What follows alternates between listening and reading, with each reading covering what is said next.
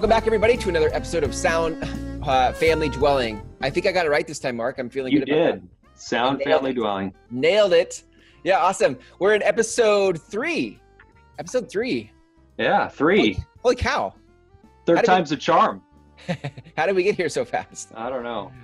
Well, in episode 1, we kind of talked about the home buying process as it relates to loans, part 1.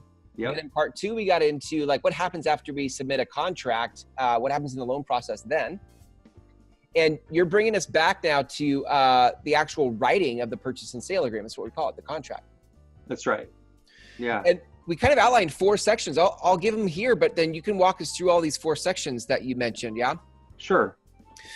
So we're just going through page 1 of what we call the purchase and sale agreement. And the 4 sections really on that first page are the property information, the offer section, then there's the terms and conditions followed by the signature of all parties. So let's dive into that, Mark. Walk us through the first part, property information. Sure, yeah. So like you said, the first section is the basic property information, but right at the top of that, one of the most important parts of the agreement are the dates. Mm-hmm. You think, wow, what's the big deal about a date? Well, you've got the date of the contract. That date will be referred to again in other documents, other forms that might go with the contract. So an addendum that you might put in the contract. Mm-hmm. Perhaps, halfway through the process, you find you need to change something in the contract that both parties agree to. It's going to refer to the contract to purchase this property between you, the buyer, and they, the seller, dated on this date. So date, very important. Then you also have, when you're making the offer, your offer expiration date. So what does that mean? Mm-hmm. Right? Let's say you want to make an offer of $400,000 on a house, and you make it on, let's say, June 1st. Yep. And if you don't put an offer expiration date there, it really gives no incentive to the seller to make a decision as soon as possible. So you want to make sure that they know that, look, you have an offer here on the table for them, but we want you to make his decision on this by June 3rd right. at 9 p.m. on June 3rd or even the next day of June 2nd. Right. And you can discuss that with the real estate broker at the time. But that's what that means. So it's always important to have an offer expiration date there. Do you find, Mark, on offer expirations, there's a certain etiquette to like what is normal or common to see? Yeah, I'm glad you asked that. Sometimes people will put the offer expiration date as that same day they're making the offer. Well, if you've verbally discussed that with the seller's side first, and that they're going to be able to respond in that time frame, then that's fine. And especially if you're presenting the offer in the morning, so that they have all day to work around their schedule to get their response together. Otherwise, it's really more courteous to give people at least 24 hours and sometimes 48 hours, depending on the situation. I would also expect that depending on how hot the market is, if you walk into a seller in a hot market and you say, well, we as buyers really want to have this house. And so we're going to tell the seller that we want an answer in 2 hours. But if they're getting 5 other offers, that doesn't even make sense.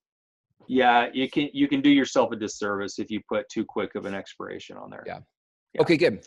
Okay. So next line is your name as the buyer, and you want to be as official with that name as you can. So no nicknames, no, I go by this name. You want to put your actual name that you are essentially born with, or that's on your official IDs. The next line after that is the seller's name. Again, it's going to be same thing. You want to have, seller wants to be known by who they are officially. Mm-hmm. After that is the property address and the tax parcel number. So the parcel number for that property. which would be known by I'm sorry, it would be received from the county, right? Yeah, Parcel that's really number. important. I've seen people in the past where they actually don't fill that in, and you actually like that is the actual parcel of land. Like you need that number on there. Yes, definitely. And if you put the wrong number on, sorry, but I just remember like some horror stories of people putting the wrong number on that contract. And so what you Right. actually have a contract for is a property that's not your own. Like that's not good. No, no. Yeah. And you know, those things are usually vetted out pretty well Yeah. because you have, you know, the title companies and the escrow company and your lender usually Yeah. if you're getting a loan to buy the house, you know, they can vet those things out, but Yeah. you know, just don't leave it to chance. Make sure Yeah. it's on there correctly right away. Yep. Good. Okay. So that's again the first section that just has to do with the property. Now we get into the offer section. Okay. When you're purchasing a home, there are things in a home that are considered affixed and therefore part of the home. Okay. But some of those things can be removed. What we're talking about, of course, are appliances. So there's an included items section on the first page where you can check off, hey, there looks like there's a stove and a range. So you got an oven and everything there. We'd like that to stay. There's a refrigerator there. We'd like that to stay. Sometimes if it's a vacant home and they've moved out, they may have taken the refrigerator. So you obviously wouldn't check that box. But if there's one there and you would like to keep it, it's in nice condition, check that box. Other things like washer and dryer, dishwasher, things like hot tubs, security systems, satellite dishes, fireplace inserts, wood stoves. If they are it was a high-tech home and there's like a speaker system in the home and you want to make sure that stays. Or the you can check thermostat, those would the boxes. thermostat count on that? Like those Nest, those smart thermostats, like a Nest thermostat, would those count? Yeah, definitely. It's not one of the default things on there, but there's of course another section on the contract that you can then check that box and write in stuff like that. So anyway, it'll be obvious once you're looking at it, but that's what that section's about. Okay. Following that, you have your purchase price, meaning your offer price. So again, we go back, you want to offer, for example, $400,000 on a home, you put $400,000 on that line. Then you have, of course, the seller can counter offer another price, but that is where that goes.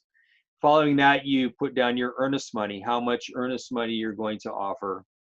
And this again, depending on the market that you're in, and the sort of conditions of the market, you discuss that with me or your real estate broker as to what the earnest money should be. Typically, it's 1% to 3%. Just again, it depends on the type of property, the conditions of the market, and how quickly you can close.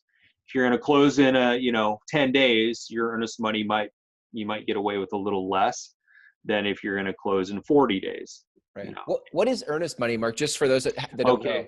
So earnest money is essentially a good faith down payment that you submit with your offer. So you're actually writing a check or sending a wire transfer to the escrow company that, look, we're serious about buying this house, and we're so serious we're going to put down $10,000 or whatever it is, and that's going to sit in escrow until we close.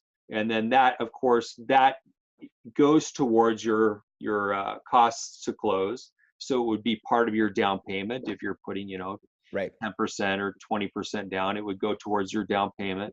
Right. But it also gives the seller some assurance that, you're serious. And if you just completely default on this, they at least get compensated somehow. And that is in the next line, which is the what happens if you do default on the contract. And typically what we put down is that you do forfeit your earnest money. Now, what does it mean to default on the contract? Yeah. Defaulting on the contract is when you have reached a point where all your contingencies are satisfied, your financing contingency is satisfied, the inspection is satisfied, you've basically cleared all your contingencies, and you're ready to go. If you decide we just don't want to buy this house now, and we've had it, and you've had it under contract for 3-4 weeks or something, Yeah. and you decide not to close, well, that's called basically you're defaulting on the contract. And so the seller then is compensated by getting that earnest money. Got it. So what we're saying is, like, forfeiture only happens after we've exhausted or used all of our legal loopholes or all the things we've done to protect ourselves. And we've gone through each one, and we said, yes, I'm happy with the inspection. Yes, I'm happy with the title report. Yes, I'm happy with everything. And then after that, I say, you know what? I got cold feet. I don't want to buy the house. We changed our mind. Okay, well, now I have no legal reason to back out of the contract. That's right. Okay. Yeah. And so, yeah, you shouldn't do that. I've only had that happen maybe 2 or 3 times in my career where somebody's lost their earnest money because of that reason. I've been on both sides of it, right? Representing the buyer and representing the seller in those situations. And it's never really fun, but it does happen. The other box that you can check there is that the seller can choose the remedy for that. Right. You never really want to check that, because No. that means they can sue you for a lot more than your earnest money. Right. So, why would somebody ever check that? Well, I don't know. I suppose it gives the seller even more assurance that, but if you're going to check that, you better have the assurance yourself, but just never check it. Yeah. Just don't check that. Just don't check that. Yeah. Another important part of the earnest money is you choose where the earnest money is going to be deposited. Most of the time it goes to the escrow company who's going to close the transaction. Yeah. So, but a lot of brokerages, they will, meaning real estate firms, they also have the option to deposit the earnest money in a trust account that's dedicated for your contract. Essentially, it's that's sort of the layman's way of putting it. Sure. Yep. And so you can choose either one, but I would say 99% of the time these days it goes to the escrow company. Yep. Okay. And of course, that's the next part of the contract, is who the escrow company is, and also who the title company is that you're going to get title insurance through. Following that is the closing date. And so you choose, okay, again, let's go back to the June 1st offer. Yeah. We're making our offer on June 1st. You figure out, how soon can we close this? A lot of the time you're going to work that out with your lender. Basically, the closing date is kind of contingent on how fast they can process your loan. Right. So if they say, well, right now we need 4 weeks, well, then you would put the end of June, so June 30th. They might say, oh, we're really hopping right now, we can get this done in 3 weeks. Then you might put a 3-week closeout. So that would be June 22nd or the 23rd or something like that. Now, why is the closing date important, Chris? A lot of reasons. The closing date can be an incentive for the seller to choose your offer. If you can close really quickly, and that's of importance to the seller, they might choose your offer over somebody else's. The opposite can be true too. The seller may prefer to have a longer close because maybe they're still living in the home and they need more time to get out. Right. Yeah, good point. That brings us to another little section on here about the closing date, and that is the possession date. Typically, you're going to possess the home on closing. So if you're going to close on June 22nd, you then have the right to possess the home on June 22nd at the end of the day. There are certain circumstances where the seller, again, may need a little extra time. They might say, yeah, we can close June 22nd, but I need 3 days to get all my stuff out after that. Or I just had a deal close about 2 months ago where that was the situation. Is a huge home, and the seller was a widow, and so she was on her own. So it was closed on a certain day, and possession was 7 days after that. So she had an extra 7 days to be in the home after it closed to get all her things out. Got it. And you were representing the buyer, or you were representing? I was representing the buyer. Yeah. Got it. Cool. Yeah. Got it. Okay. Okay. All right. So now we start to get into some of the conditions, and which includes the addenda. So this is section 3, right? So section 3 now. Section 3 now. Okay. Got it. So every home has utilities. Some have very few, some have several. So there's a section on here where you opt to have all the utilities paid at closing that are due up to the time of close. And there's an addendum that goes with that. It's called the utilities addendum. Yep, that makes sense. What a name for that, right? Yeah. So anyway, you check that box that says, yes, we request to have escrow distribute funds to the utilities to make sure that they're all paid off at closing. That can be a really nice thing for both the buyer and the seller. Seller, so that they know they're not going to get bills for a place they don't live in anymore, and you as the buyer know that hey, we're starting fresh here, all the utilities are paid. Okay. The next part of this, it has to do with a thing called charges and assessments. It says charges and assessments levied before but due after closing. And those are either assumed by the new owner, as in the buyer, or they're prepaid or paid in full by the seller at closing. What would be an example of that? So examples of charges and assessments, these are all things that are levied by the municipality in which the property resides, typically. The most common example, at least where I work, and I think it's probably true in most areas, is a sewer capacity charge. So it's perhaps a newer neighborhood, and the county or city had to do a lot of work to bring in sewer lines to that neighborhood and to that home. And so they basically assess a charge to the entire neighborhood, and each homeowner pays a certain amount. Typically it's I think every month, something like that, and it's usually on the sewer bill. But that is a charge, in a sewer capacity charge. So that's one example. Another example might be the county or city decided they needed to do some work on the road and upgrade the road. Sure. In the neighborhood, and so they're charging that out to all the affected homes. That's another example. And again, usually these are paid out over years of time, so it's like a monthly cost or a quarterly cost to the homeowner.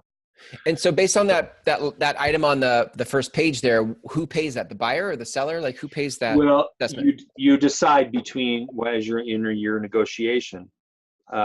Most of the time, a buyer is going to put that they're paid off at closing by the seller, and then the seller, a lot of times they want them to just go to the new owner. It's one of those things where it's only right that the new owner take that on. Yeah. But perhaps the seller, to motivate you as a buyer to accept a higher price, might say, okay, I'll pay off this sewer capacity charge, or I'll pay off this utilities improvement charge, whatever it is. Right. If you take my higher price, so then you don't have to worry about that after you close. Got it. Okay. Yeah. I like it. All right. Okay. And by the way, all those things you can find out during your contingency period, if you have one. Right. Typically those things show up on title. And so you want to get your title report, look it over, call the escrow company that you've chosen to work with on this transaction, go through it with them, ask them, hey, what are the charges and assessments here? Yeah. and just make sure you find out everything you can about those. Okay. Cool. Okay. There's a new part of contracts as of a few years ago. It's called the FIRPTA, and I can never remember what that stands for. It's Foreign Investments. Bear with me here for a second. Here we go. Yeah. It's the Foreign Investment in Real Property Tax Act. Essentially, it's a requirement now on all real estate transactions for the seller to declare whether or not they are a foreigner, either a foreign person or a corporation, a foreign corporation, and it's for purposes of U.S. income taxation. So, got it. Yeah, I shouldn't say any more about that except consult your tax attorney or CPA. Yeah. Nice. Okay. But anyway, that's filled out. And then, of course, the agency disclosure, which real estate brokers are representing who. Like you're representing the buyer and the other agents representing the seller, et cetera, like that, right? That's right. Yep. And then after that, you have you list out the addenda that are part of the contract. So typically, you're going to have a financing contingency, the FIRPTA that we just talked about, right? Form, utilities form, a title contingency, an inspection contingency. There's also one that I put in every contract. It's an optional clauses. Mm-hmm. Yeah. That it's a form that allows you to have a homeowner review period. For example, if there's an HOA in the neighborhood. Sure. Yeah. It requires the seller to tell you what utilities are hooked up to the property, if it's on a well or if it's public water, if it's sewer, if it's septic, things like that. Yep. So there's a lot of little things in there. So that's typical. And you could have a whole host of other contingencies in there. If you're in a home that was built in 1976 or earlier, you're going to have a lead-based paint addendum in there, things like that. Yep. Okay. Good. Then after that is the signatures by all parties. So this is section 4 now, out of our 4 sections. 4, Yep. Good. Section 4 is signatures by all parties. And under that is the information about the brokerages that are representing each party. So and everybody's contact information. Got it. So I'm sorry. Yeah, go ahead. It's actually a requirement. You have to have some sort of contact information there for each party, whether it's a phone number or an email address for the buyer and or the seller. Perfect. Okay. I love it. And that's kind of like a summary page almost, because everything after that first page is all the stuff that you talk about on the first page, like all the addenda. Yeah. Right. So that first page is really the mothership of everything after it. Right. Yeah. And after that, it gets into all the details about all those different things. Right. And yeah. Really exciting stuff too. Yeah. Very exciting. Very good reading. If you're really bored at night, want something good to read a real estate contract. Yeah, I know. But here's the impression I get as you, I know I've been in the industry for 17 years, but as you talk through it again, I'm just like, man, I think there's some job security for real estate agents because there's so much that goes into a transaction, not just the forms, but like having enough experience of being in transactions in the past, knowing where things can bite you, knowing what etiquette is, like how sellers could be offended by an offer or not, like just knowing how to navigate writing that first page of the contract is so important. It is. Yeah. Really important. I always encourage people. I would never not use a real estate broker. Yeah. Knowing what I know, being in the industry, I would never not neither. use one because there's so many things that you could miss, you know. Yep. Absolutely. Anyway. Yeah. It's just, I've rented houses on Airbnb before, where you just, I like that house and here's my credit card and we're all good, but they would never do that buying a house. There's just way too many variables. Yeah, there are. Yeah. Would never use technology that way to buy a house. I would always use a person. Yes. Good stuff, Mark. Any other final parting thoughts about page 1 of the contract that is important to know? Yeah, I would say one thing, and this is further on in one of the subsequent pages, but getting back to the dates and your offer expiration date and the closing date and all those kinds of things, there's a certain thing called computation of time in a contract that surrounds all of these dates, and then also the dates and all of the addenda. We don't have to go into it right now, but make sure you discuss that with your real estate broker. And of course, anybody can contact me at seattlehomes2010@gmail.com, or soundfamilydwelling@gmail.com to get more information on the contract or anything that we're talking about. And we can go into more depth about the computation of time. But I think it's really important to understand how that works in a contract. So when, for example, the offer expiration date, you have the offer expiration date of June 2nd on your June 1st contract. It's not midnight that it expires. It's like 9 p.m. Based on the computation of time. Got it. So that's just one example. Yeah. It's really good. Timing is, I think it's easy to overlook. Timing is so important.